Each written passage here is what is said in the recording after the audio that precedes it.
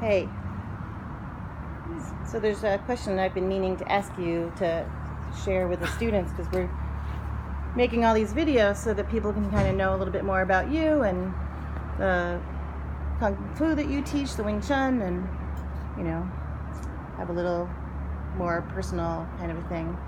And one of the things that's come up, I've noticed in classes and when we've done demonstrations and other things, is that people sometimes say, like, oh, how did you get into this and all of that, but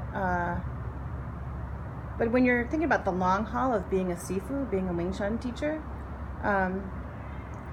you know, it can be hard. You know, it's hard work. Like teaching the physical part, the forms and Shiso and all that is actually not the hardest part.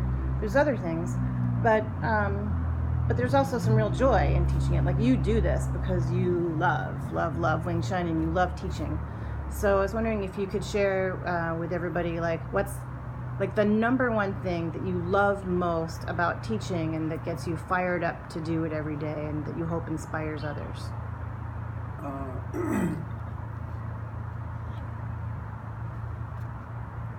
Well, I love the teaching of it. I love teaching Wing Tsun, and I love practicing. So, and it is hard. It's hard because I have to work hard every day to keep my skills up, right? So that I can be an effective teacher. Right.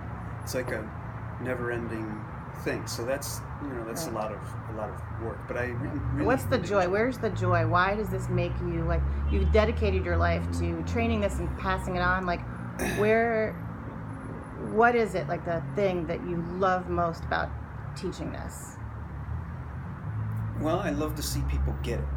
You know, like when they learn something, you teach them something, and you see their eyes and they light up when they finally understand something and they get it. Right. And that's very satisfying because Yeah. if as I see it, my goal is to pass this on into the future generations. Right. And so when I see people get it, it's incredibly satisfying. And just to unpack that a tiny bit, would you say that it's not, when you're talking about getting it, it's not just the physical thing, like now I know how to do a tansao or a bangsao or the form, but that you see connections between this physical practice and other aspects of life. So when they're getting it, it's not like that they're just getting the physical piece. What is it that they're getting? Well, they're getting how to apply Kung Fu in the rest of their daily life. And, they sometimes I get asked, like, oh, have you ever used your Kung Fu? And I say, well, I use it every day. Mm-hmm. I use it in my approach to just about everything that I do. I come at it with this mindset of,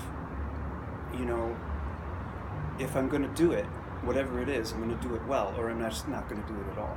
Right. And you don't give up easily, Mm-hmm. because Kung Fu teaches you it's hard work, right? I mean, literally translated. Right. So when people kind of absorb it here, then they begin to see how they can live their life using the principles of Wing Tsun. And then, they might come back to me and tell me some story about, like, oh, I applied this, in this situation, and I'm always very happy to hear that they're getting the lesson of, like, it's not just about fighting, it's how you live your life every day. Excellent. We can talk more about some of those details another time, but thank you very much. Keep on training, everybody. Where the Wing Tsun's not about the fist, it's about what's in your head and your heart, too. Go Cardinals.